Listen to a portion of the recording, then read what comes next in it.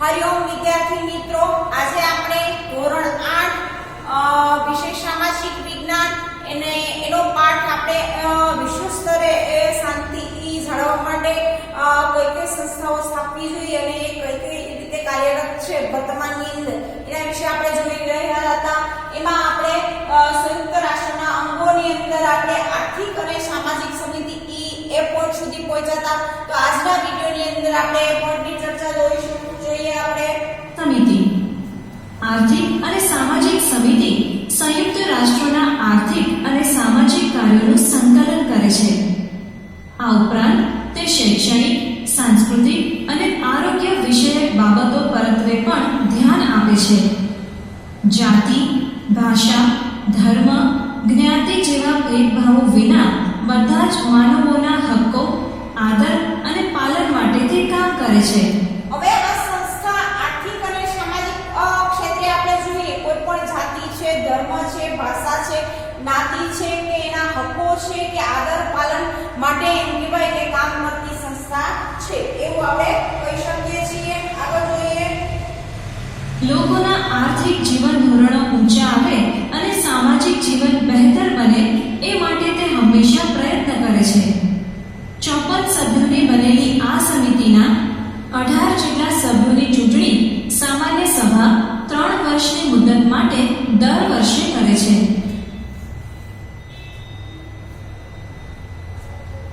વાલીપણા સમિતિ આગળનું અંગ છે વાલીપણા સમિતિ.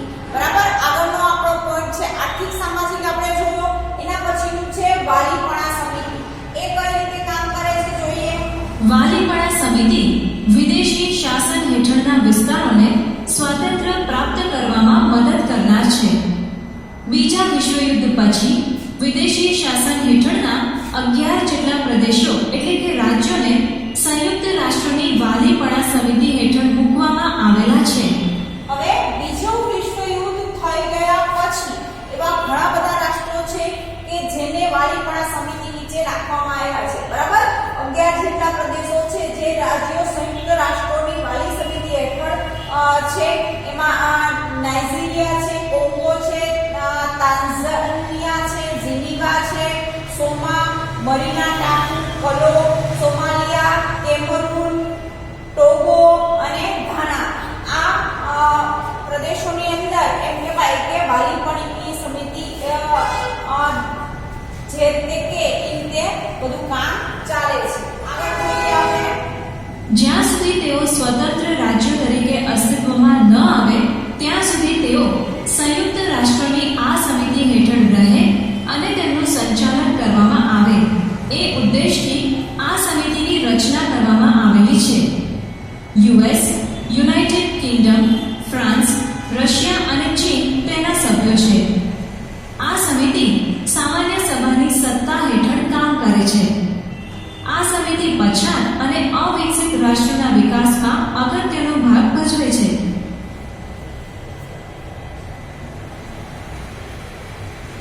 ન્યાયની આંતરરાષ્ટ્રીય અદાલત. ન્યાયની આંતરરાષ્ટ્રીય અદાલત સભ્ય રાષ્ટ્રો વચ્ચેના ઝઘડા અથવા વિવાદોનું નિવારણ કરનાર સંસ્થા છે. 15 ન્યાયમૂર્તિઓને બનેલી આ અદાલતના ન્યાયમૂર્તિઓની ચૂંટણી સલામતી સમિતિ અને સામાન્ય સભા કરે છે. આ અદાલત સંયુક્ત રાષ્ટ્રોની જુદી જુદી સંસ્થાઓને સલાહ સૂચન આપે છે. આ અદાલતનું કાયમી મથક નેધરલેન્ડમાં આવેલું હેગ શહેર છે.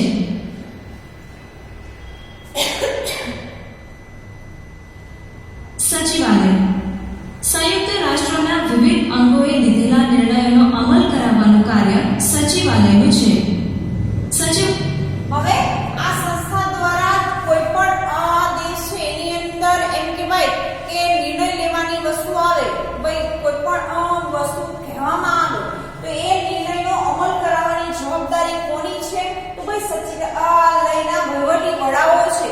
એના દ્વારા એમ કહેવાય કે આ વસ્તુનો અમલ કરવામાં આવે છે. એના વડાને મહામંત્રી તરીકે અથવા તો કોઈ સેક્રેટરી જનરલ તરીકે ઓળખવામાં આવે છે. આગળ આપણે જોઈશું. સચિવાલયના વહીવટી વડાને મહામંત્રી એટલે કે સેક્રેટરી જનરલ તરીકે ઓળખવામાં આવે છે. સામાન્ય સભાએ નક્કી કરેલા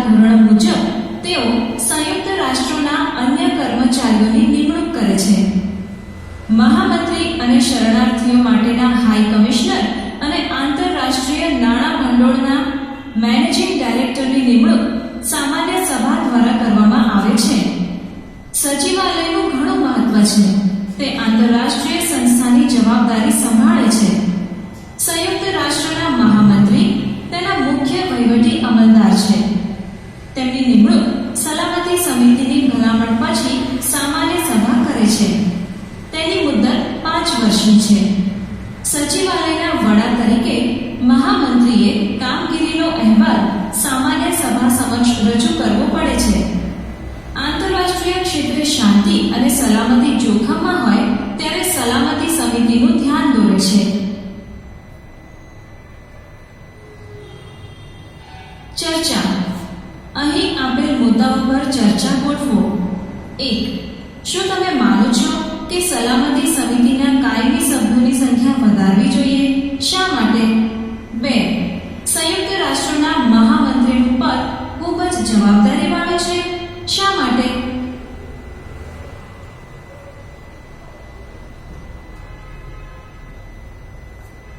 પ્રવૃત્તિ. લાઇબ્રેરીમાં જઈ સંદર્ભ પુસ્તકમાંથી યુનોના અન્ય અંગો વિશે સવિસ્તાર માહિતી મેળવો અને એક અહેવાલ બનાવો. બરાબર. આપણી લાઇબ્રેરીની અંદર પણ યુનોના ઘણા બધા પુસ્તકો હશે, તો એ પુસ્તકોની મદદથી યુનોના જે પણ અંગો છે એ અંગો વિશે વિસ્તારથી માહિતી. એ ઉપરાંત તમારે કોઈ બુકમાંથી ન જોવું તો પણ તમે મોબાઈલ ઉપર સર્ચ કરીને પણ આ વસ્તુ જોઈ શકશો. બરાબર. એ યુનોના જે અંગો છે એના વિશે માહિતી એકઠી કરી અને એક સરસ મજાનો અહેવાલ તૈયાર કરી શકો છો. આગળ જોઈએ આપણે. વર્તમાન પત્રોમાં આવતા યુનોને લગતા સમાચારના કટિંગ્સનો સંગ્રહ કરો.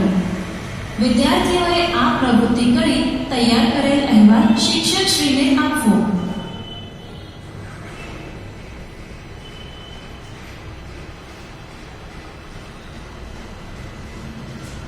સંયુક્ત રાષ્ટ્રની વિશેષ સંસ્થાઓ. આંતરરાષ્ટ્રીય સહકારથી વિશ્વના જુદા જુદા દેશોનો સામાજિક અને આર્થિક વિકાસ સાધી શકાય છે. સંયુક્ત રાષ્ટ્રનું અગત્યનું કાર્ય લોકોના જીવન ધોરણો ઊંચા લાવવાનું, તેમને રોજગારીની તકો પૂરી પાડવાનું તથા સામાજિક, શૈક્ષણિક, આર્થિક અને સાંસ્કૃતિક વિકાસ માટે યોગ્ય શરતો અને અનુકૂળ વાતાવરણ પેદા કરવાનું છે. હવે આ સંસ્થાનો આપણે જોઈએ કે ભાઈ અગત્યનું કાર્ય શું છે, તો લોકોનું જીવન ધોરણ ઊંચું લાવવું, રોજગારીની તકો છે એ પૂરી પાડવી, બરાબર, સામાજિક, શૈક્ષણિક, આર્થિક, સાંસ્કૃતિક બધી જ રીતે એમ કહેવાય કે વિકાસ કરવો એ મુખ્ય એનું કાર્ય આપણે કહી શકીએ છીએ. બરાબર. એના માટે યોગ્ય વાતાવરણની પણ જરૂર પડે છે. યોગ્ય જો વાતાવરણ ના મળે તો આ વસ્તુ શક્ય બનતી નથી. આગળ આપણે જોઈશું. સંયુક્ત રાષ્ટ્રોને આંતરરાષ્ટ્રીય સહકારનું સંસ્થાકીય માળખું કહેવામાં આવે છે. આથી અમુક ચોક્કસ ક્ષેત્રોમાં કાર્ય કરનારી વિશિષ્ટ સંસ્થાઓ એટલે કે સ્પેશિયલાઇઝ્ડ એજન્સીઓની સંયુક્ત રાષ્ટ્રોના નેજા હેઠળ સ્થાપના કરવામાં આવી છે. 1. વિશ્વ આરોગ્ય સંગઠન, જે ટૂંકમાં WHO એટલે કે WHO તરીકે ઓળખાય છે, જેનું વડું મથક જીનીવામાં છે. તે મુખ્યત્વે દુનિયાના લોકોના શારીરિક અને માનસિક આરોગ્યમાં સુધારો લાવવાનો પ્રયાસ કરે છે.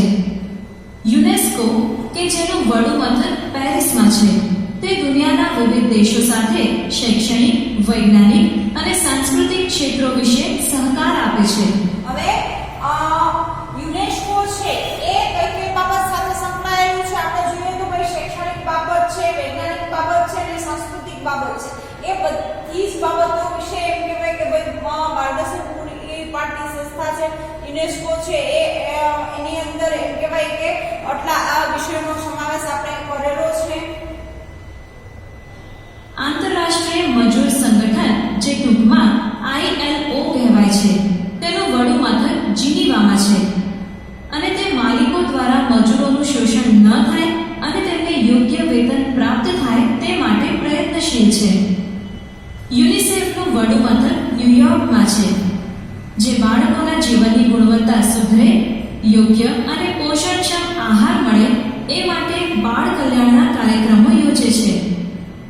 ખોરાક અને કૃષિ સંગઠન,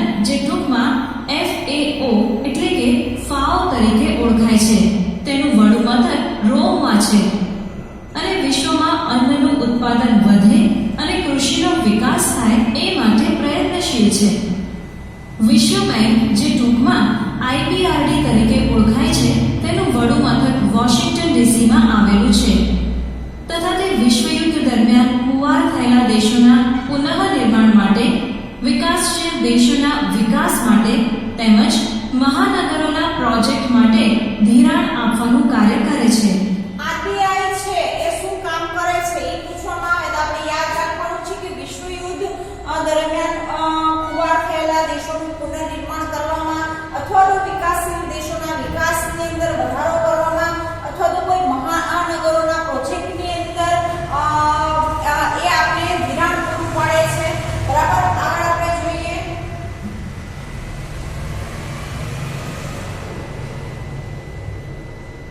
સંસ્થાઓના પ્રતીકો.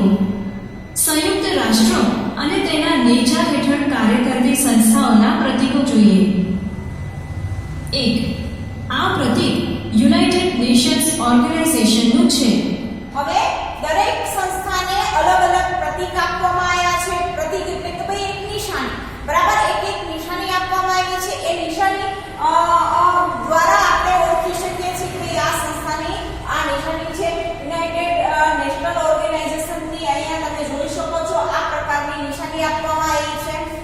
કોઈ પણ લેટર હોય કે એ સંસ્થાની કોઈ પણ વસ્તુ હોય તો એની અંદર આ નિશાની ડ્રો કરેલી હોય જ છે. એટલે આપણે એ નિશાની ઉપરથી પણ ભાઈ ઓળખી શકીએ છીએ કે ભાઈ આ યુનાઇટેડ નેશનલ ઓર્ગેનાઇઝેશન સંસ્થાનો લેટર છે.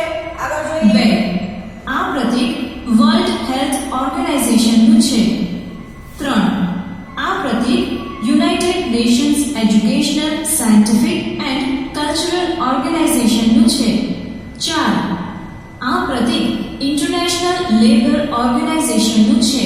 અહીંયા તમને વર્લ્ડ હેલ્થ WHO બરાબર વિશ્વની જે હેલ્થની છે કોણ ધ્યાન રાખે છે એ સંસ્થાનું આ પ્રતીક છે. પછી એજ્યુકેશન, વૈજ્ઞાનિક અને સાંસ્કૃતિક વસ્તુઓ ઉપર કોણ ધ્યાન રાખે છે યુનેસ્કો. તો આ યુનેસ્કો માટેની સિમ્બોલ છે. પછી મજૂર સંઘ છે ILO બરાબર એના વિશે એમ કહેવાય કે આ સિમ્બોલ આપવામાં આવ્યું છે. આગળ આપણે જોઈશું. 5. આ પ્રતીક United Nations international children's emergency ફંડનું છે. 6. આ પ્રતીક ઇન્ટરનેશનલ કોર્ટ ઓફ જસ્ટિસ એટલે કે ICJ નું છે. 7. આ પ્રતીક international bank of reconstruction and development એટલે કે વર્લ્ડ બેંકનું છે. 8. આ પ્રતીક યુનાઇટેડ નેશન્સ ઇન્ડસ્ટ્રીયલ ડેવલપમેન્ટ ઓર્ગેનાઇઝેશનનું. 9. આ પ્રતીક ફૂડ એન્ડ એગ્રીકલ્ચર ઓર્ગેનાઇઝેશનનું છે. 10. આ પ્રતીક ઇન્ટરનેશનલ એટોમિક એનર્જી એજન્સીનું છે. 11. જ્યારે આ પ્રતીક ઇન્ટરનેશનલ મેરીટાઇમ ઓર્ગેનાઇઝેશનનું છે. દરેક સંસ્થા પોતાનું એક પ્રતીક પસંદ કરતી હોય છે. આ પ્રતીક તે સંસ્થાના ઉદ્દેશ અને કાર્ય સાથે સંલગ્ન હોય છે. 12. જેમ કે આ ઓલિમ્પિકનો લોગો છે જે વિશ્વ રમતોત્સવ સાથે સંબંધ ધરાવે છે અને આ પ્રતીકમાં દર્શાવેલી 5 રિંગ જુદા જુદા ખંડનો નિર્દેશ કરે છે. 13. આ પ્રતીક ઇન્ટરનેશનલ ટેલિકમ્યુનિકેશન યુનિયનનું છે. 14. આ પ્રતીક વિશ્વ સ્તરની રેડ ક્રોસ સંસ્થાનું છે.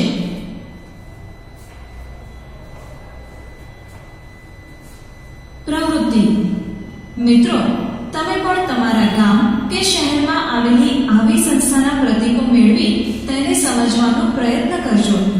દરેક અહીંયા તમે જોયું અલગ અલગ ટોપિક સાથે સંકળાયેલી સંસ્થાઓના અલગ અલગ આપણે સિમ્બોલ જોવા મળે છે, અલગ અલગ નિશાનીઓ જોવા મળે છે. બરાબર.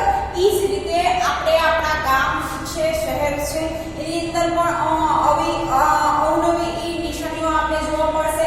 અહીંયા એક્ઝામ્પલ સ્વરૂપે આપણે જોઈએ છીએ કે BSNL ની ઓફિસ છે તો એ પણ ઓફિસની અંદર આવું સિમ્બોલ છે. પોસ્ટ ઓફિસની અંદર આ ટાઈપનો સિમ્બોલ જોવા મળે છે. બરાબર. એમ અલગ અલગ આપણે જોઈએ તો અલગ અલગ વસ્તુઓ માટે અલગ અલગ પ્રકારના સિમ્બોલ આપણે જોવા મળે છે દરેક સંસ્થાના.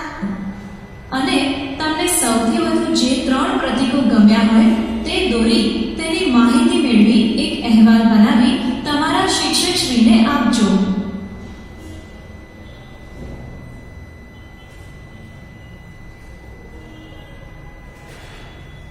સંયુક્ત રાષ્ટ્રો એટલે કે યુનોને ભારતનો સહકાર.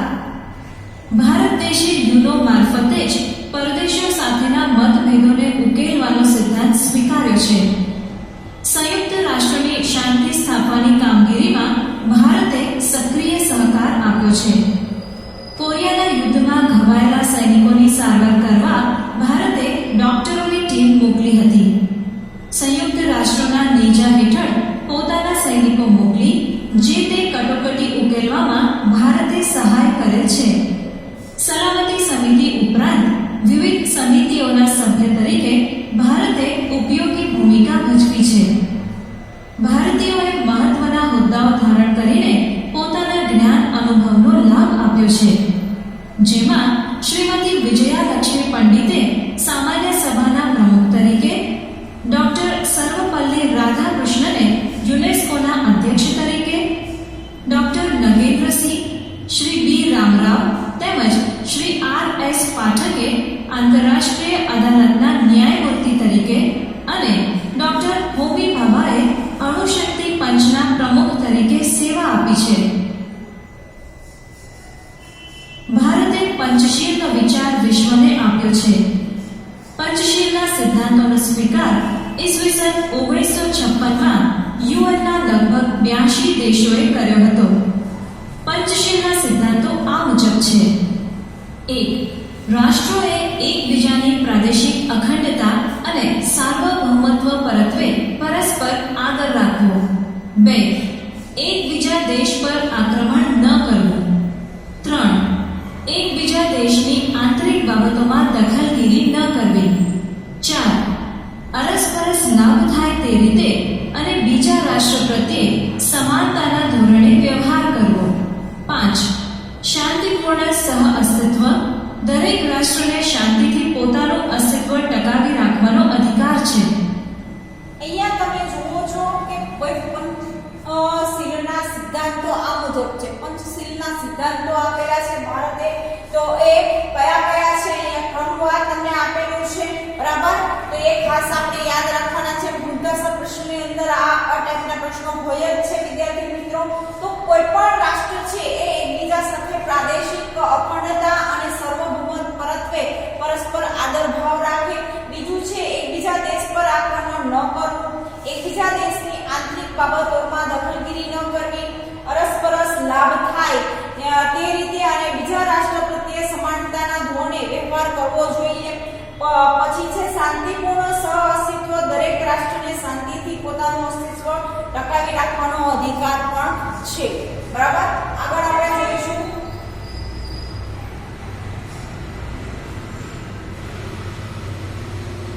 માનવીની ઉજ્જવળ આશા. વિશ્વના બધા જ રાષ્ટ્રો યુએનને સાથ અને સહકાર આપે તો વિશ્વ શાંતિનો સાચો અનુભવ થાય. આ માટે બધા રાષ્ટ્રો યુદ્ધ નહીં કરવાની પ્રતિજ્ઞા લે અને ઘાતક શસ્ત્રોનું ઉત્પાદન બંધ કરી દે એ જરૂરી છે. હવે આપણે વિશ્વ સ્તરે જોઈએ તો ભાઈ મેઇન ઉદ્દેશ શું છે? તો આપણે એ પણ વસ્તુ ખ્યાલ આવી ગઈ કે ઘાતક શસ્ત્રોનો ઉત્પાદન જ આપણે બંધ કરી દઈશું તો ભાઈ આ વસ્તુનો ઉપયોગ થવાનો બનશે જ નહીં, એ ઘટના બનશે જ નહીં, બરાબર? બધા જ રાષ્ટ્રો એમ કહેવાય કે આવી પ્રતિજ્ઞા લે તો એમ કહેવાય કે યુદ્ધની અંદર આપણે આવી અણુશક્તિઓનો ઉપયોગ નહીં કરીએ એ ખૂબ જરૂરી છે, બરાબર? પહેલો પોઈન્ટ જ આપણે એ વસ્તુ કહી દઈએ છીએ કે એનું ઉત્પાદન જ નહીં કરીએ તો ભાઈ ઉપયોગ કરવાનો પ્રશ્ન જ ઊભો નહીં થાય. એ વસ્તુ આપણે બંધ કરી દેશું તો ભાઈ એ ઉપયોગ થશે જ નહીં.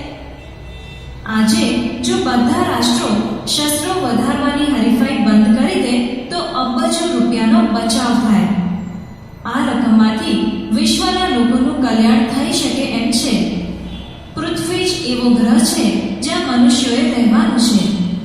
તેથી માનવીએ વિશ્વ ઐક્ય અને વિશ્વ શાંતિ માટે સંયુક્ત રાષ્ટ્રોની સફળતાને ઝંખવી જ રહી. બરાબર? હવે પૃથ્વી જ એક એવો ગ્રહ છે કે જેના ઉપર માનવ વસવાટ શક્ય બન્યો છે, બરાબર? બાકીના એક પણ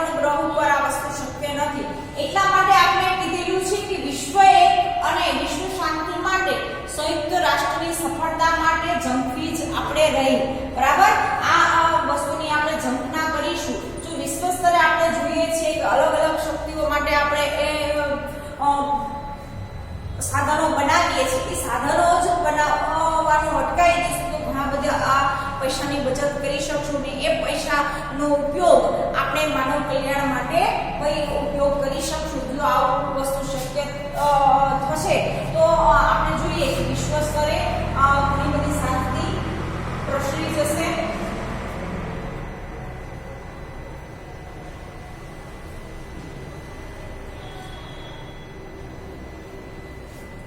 તો વિદ્યાર્થી મિત્રો, આ પાઠની અંદર આપણે જોયું કે વિશ્વ સ્તરે આ બધી જ સંસ્થાઓની કેટલી જરૂર છે, કઈ કઈ રીતે ઉપયોગી બને છે એ વસ્તુ વિશે આપણે જોયું. એના વિવિધ અંગોની ચર્ચા કરી, દરેક અંગો કઈ રીતે કામ કરે છે એના કાર્યો વિશે જોયું. બરાબર. તો આજના વિડિયોની અંદર આ પાઠ આપણો અહીંયા પૂરો થાય છે. આગળના વિડિયોની અંદર આ પાઠના પ્રશ્નોની ચર્ચા કરીશું. તો આ વિડિયોની અંદર અહીંયા સુધી રાખીશું વિદ્યાર્થી મિત્રો. નમસ્તે.